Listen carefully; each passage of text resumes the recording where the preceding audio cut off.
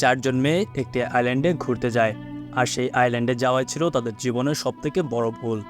তারা যখন সেই আইল্যান্ডে গোসল করছিল, হঠাৎ করেই একটি হাঙ্গরের আক্রমণের শিকার হয় তারা। তাদের জীবন বাঁচানোর জন্য বোট নিয়ে তারা পাড়ের দিকে যেতে থাকে, কিন্তু তাদের কপাল এতটাই খারাপ ছিল যে তাদের সেই বোটটি মাঝ সমুদ্রে ডুবে যায়। তারা প্রায় 50 ঘন্টা যাবৎ তাদের জীবন বাঁচানোর জন্য সমুদ্রে সার্ভাইভ করে, এবং তাদের চারিদিকে হাঙ্গর ঘুরতে থাকে তাদেরকে খাওয়ার জন্য। শেষ পর্যন্ত কি তারা সেই হাঙ্গর থেকে বেঁচে ফিরতে পারবে, নাকি সবাইকে হাঙ্গর এসে খেয়ে ফেলবে? এটাই দেখব আজকের এই মুভিতে। তো চলুন শুরু করা যাক। মুভির শুরুতেই আমরা দুটি মেয়েকে দেখি, একজনের নাম ম্যাক আর একজনের নাম কায়লা। তারা দুজন দুজনকে অনেক পছন্দ করত, আর আজকে আমরা দেখি তারা দুজন একে অপরের হাত ধরে রাস্তা দিয়ে হাঁটছিল। তখন কায়লা ম্যাককে বলে যে 1 বছর পর আমার এক ফ্রেন্ডের বিয়ে হতে চলেছে। এই কথা শুনে ম্যাক অনেক খুশি হয়। তারা যখন হাঁটছিল তখন তাদের সামনে কিছু মেয়ে চলে আসে। এটা দেখে কায়লা ম্যাকের হাত ছেড়ে দেয়। আসলে কায়লা আর ম্যাক একটি রিলেশনশিপে ছিল, আর তাদের এই রিলেশনশিপ তাদের সমাজ মেনে নিতে চাচ্ছিল না। তাই তাদের দুজনকে সমাজের লোকেরা দেখলে তারা অনেক অনেক কথা বলতো তাদের নিয়ে। আর আজকে সেই মেয়েদেরকে দেখে কায়লা ম্যাকের হাত ছেড়ে দেয়, কিন্তু ম্যাক তখন তাদেরকে দেখে আরও কায়লার হাত শক্ত করে ধরে রাখে। কারণ ম্যাকের এসব কোনো কিছু যায় আসে না যে কে তাদেরকে দেখতে পায় আর কে তাদেরকে দেখতে পায় না। যখন সেই মেয়েগুলো তাদের সামনে দিয়ে যায় তখন সেই মেয়েগুলো তাদেরকে কিছুই বলে না, কিন্তু যখন সেই মেয়েগুলো সামনে একটু আগাতে থাকে তারা তখন তাদের পিছনে ব্যাড কমেন্ট করে, যার কারণে ম্যাক রেগে তাদেরকে মিডল ফিঙ্গার দেখায়, আর সেই মেয়েগুলো তাদেরকে এসে মারতে শুরু করে। এরপর সিন শিফট হয়ে আমাদেরকে 1 বছর পরের দৃশ্যকে দেখানো হয়, আর আমরা এয়ারপোর্টে ম্যাককে দেখি। ম্যাক তার সেই ফ্রেন্ডের বিয়ে খেতে এসেছে, কিন্তু তখন তার সাথে আমরা কায়লাকে দেখতে পাই না, কারণ সেদিনের ঝামেলার পর তারা একে অপরের থেকে অনেক দূরে চলে গেছে, এবং তারা একে অপরের কোনো খোঁজ খবর রাখে না এবং কোনো কথাও বলে না। কিন্তু আমরা দেখতে পাই ম্যাককে এয়ারপোর্ট থেকে রিসিভ করার জন্য কায়লা এসেছে, কিন্তু ম্যাক কায়লার সাথে যেতে চায় না। তিনি একাই সেই এয়ারপোর্ট থেকে চলে যেতে চাচ্ছিল। তখন কায়লা ম্যাককে বলে যে আমাকে লেজি পাঠিয়েছে তোমাকে নিয়ে যাওয়ার জন্য।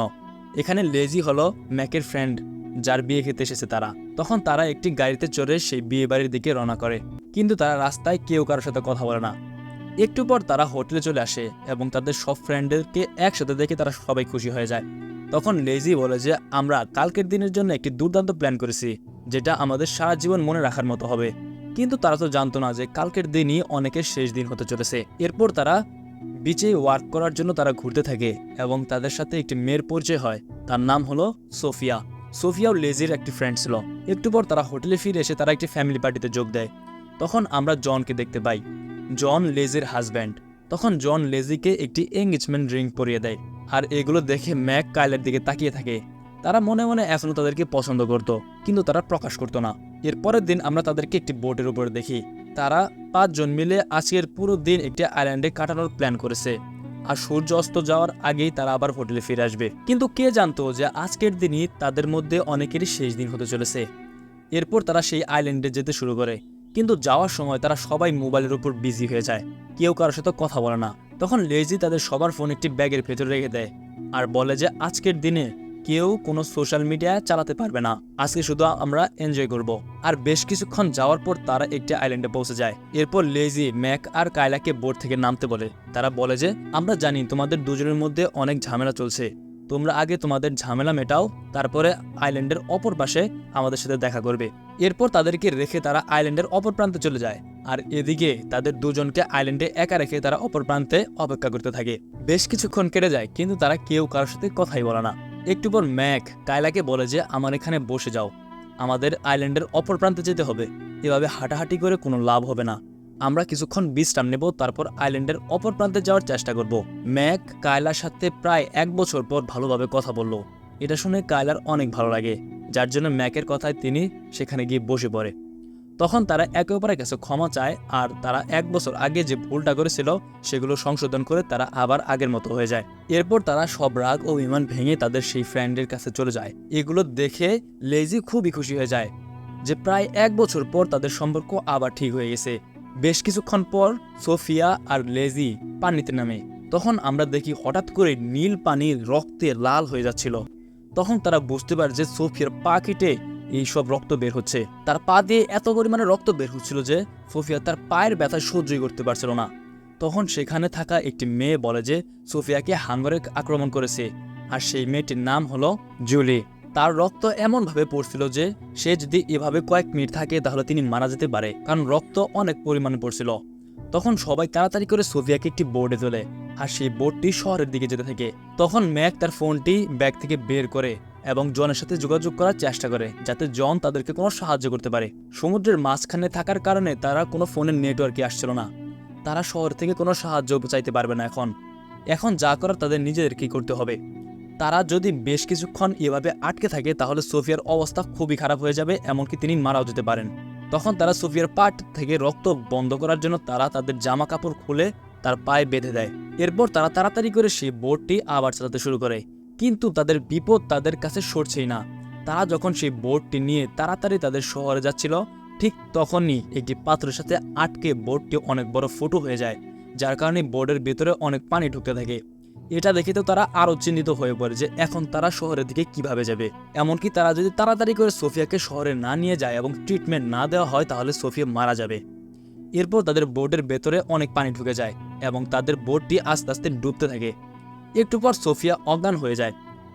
এখন তাদের মাথায় কিছুই আসছে না যে তারা এখন কি করবে এবং সোফিয়াকে কিভাবে বাঁচাবে। তারা এমন একটি সমস্যায় পড়ছে যে তারা বোর্ডের ফটোগুলো বন্ধ করতে পারছে না, এমনকি সোফিয়াকেও বাঁচাতে পারছে না, এবং তাদের নিজেদের কাছেও কোনো খাবার পানি ছিল না যে তারা নিজেরাও বেঁচে থাকবে।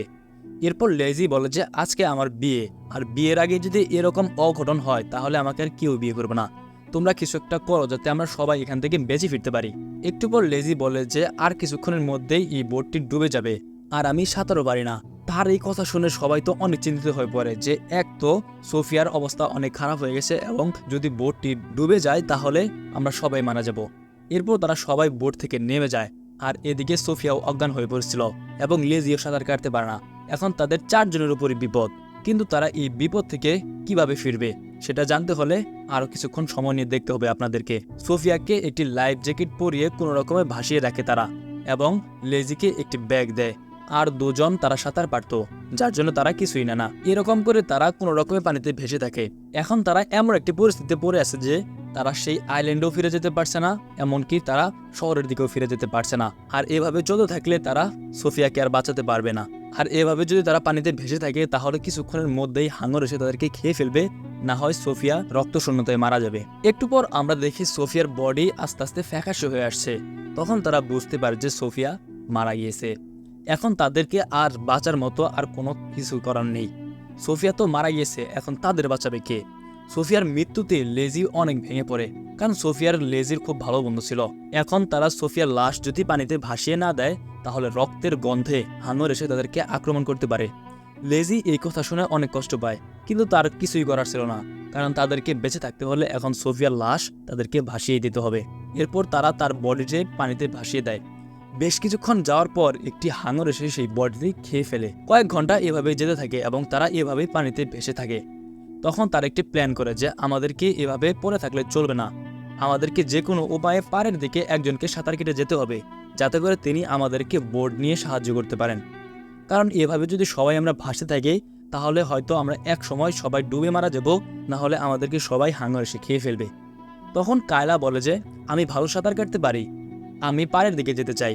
তখন কায়লা একাই পাড়ের দিকে যেতে থাকে, কিন্তু কায়লাকে ম্যাক যেতে দিতে চায় না, কারণ তিনি একবার তাকে হারিয়েছিল, দ্বিতীয়বার আর তাকে হারাতে চান না।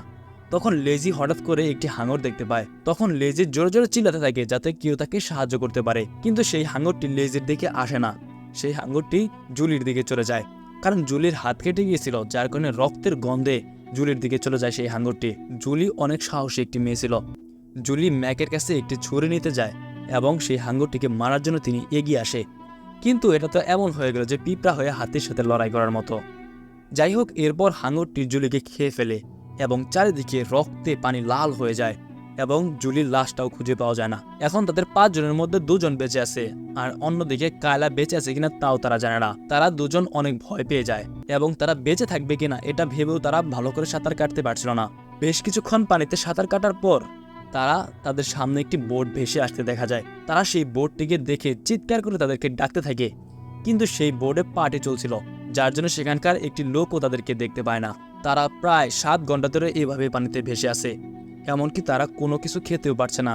আর তাদের কাছে কোনো খাবার পানিও নেই যেটা খেয়ে তারা এখানে সার্ভাইভ করতে পারে।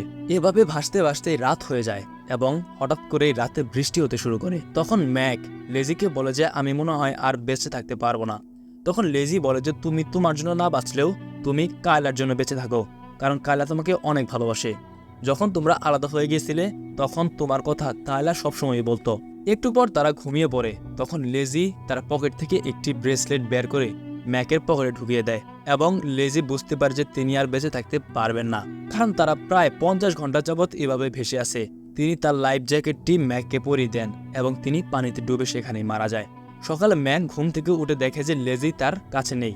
তখন চারিপাশে ম্যাক লেজিকে অনেক খুঁজতে থাকে, কিন্তু সে কোথাও তাকে খুঁজে পান না।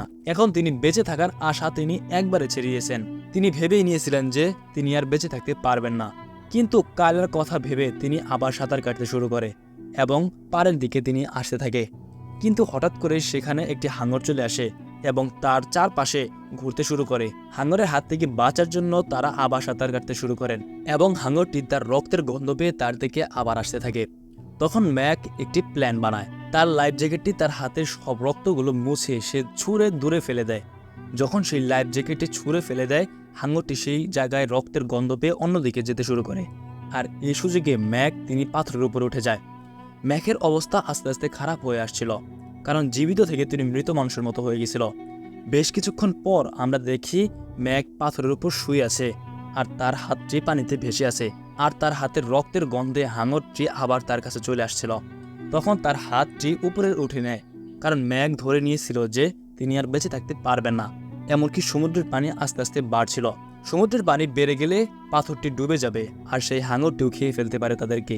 তাই তিনি একটি প্ল্যান করে, কিন্তু সেই প্ল্যান প্রয়োগ করার আগে তিনি দূরে দেখতে পায় যে কায়লা একটি বোর্ড নিয়ে তাকে বাঁচানোর জন্য আসছে। তখন ম্যাক পানিতে সাঁতার কাটা শুরু করে, আর অপরদিকে কায়লাও তার স্পিড বোর্ডের স্পিড বাড়াতে থাকে তাকে তাড়াতাড়ি হাঙর থেকে বাঁচানোর জন্য। আর এদিকে তাকে খাওয়ার জন্য হাঙরও তার দিকে আসছিল। তখন কায়লা তাড়াতাড়ি করে ম্যাকের হাত ধরে উপরে তুলে নিয়ে আসে, আর একটুর জন্য হাঙরটি তাকে খেয়ে ফেলছিল। বোর্ডে ওঠার পর কায়লা ম্যাককে জিজ্ঞেস করে আর সব লোক কোথায়। তখন ম্যাক বলছে যে আমি ছাড়া আর কেউ বেঁচে নেই। আর এখানেই এই অসাধারণ মুভিটি শেষ হয়ে যায়। আপনি যদি এমনই ইন্টারেস্টিং ভিডিও দেখতে পছন্দ করেন তাহলে চ্যানেলটি সাবস্ক্রাইব করতে পারেন। এতক্ষণ পাশে থাকার জন্য ধন্যবাদ। আল্লাহ হাফেজ।